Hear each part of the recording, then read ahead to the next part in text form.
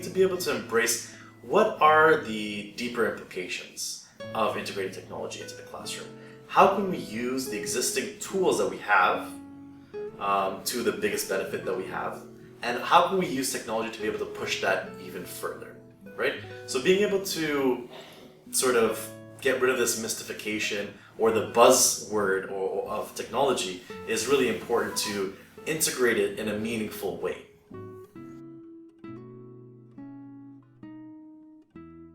The media is a means of delivering the message.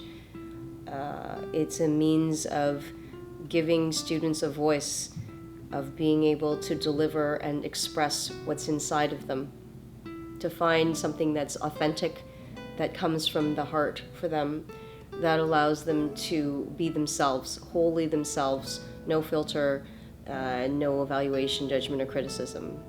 Just straight up, this is me. I mean, this is the incentive behind having wikis and blogs and podcasts and webinars that they find so intriguing, because it gives them a voice. You know, the first time you give a microphone to a child, first time you turn a spotlight on and have them stand on the stage, there is no other experience that can compare to that for a child, where they are bare, raw, out in front on the limb. That experience of the risk that you take of putting your neck, sticking your neck out and being out there, it builds confidence. It's terrifying, but it builds confidence. But I think another area, because in some cases we don't know what that technology is going to look like. We don't know what is going to happen tomorrow or next week. If I worked for Apple, I'm working on a product and putting out a product every 6 months or so overall. But there has to be something about preparation. And how can we focus on preparation in such a way, and technology perhaps can become a tool as a part of that process that helps prepare our young people for the unknown. So the issue isn't always going to be about, hey, we will give you a product or we will give you a piece of technology that will enhance your situation, but we're going to give you, so to speak, an experiment.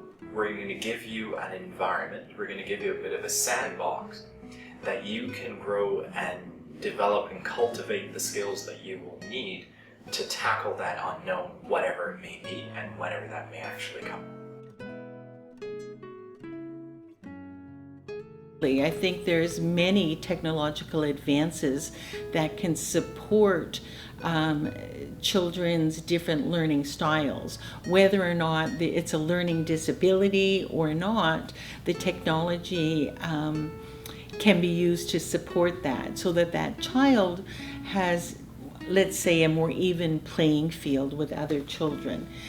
Having said that, as an educator who was not raised with technology, that's a huge learning curve that I have to understand what potential these devices have for me. And teachers are a quirky bunch, you know. We have a way of teaching that worked for us last year and the year before and the year before that. So chances are I'm going to continue to do it that way. So how do we give teachers a safe and secure space for them to be able to play a little bit with these different technologies? Because play is the work of young children, and young children were not born knowing how to use these technological devices. They watched, they observed, and so then they tried out themselves. So we need to offer teachers that time as well, I think.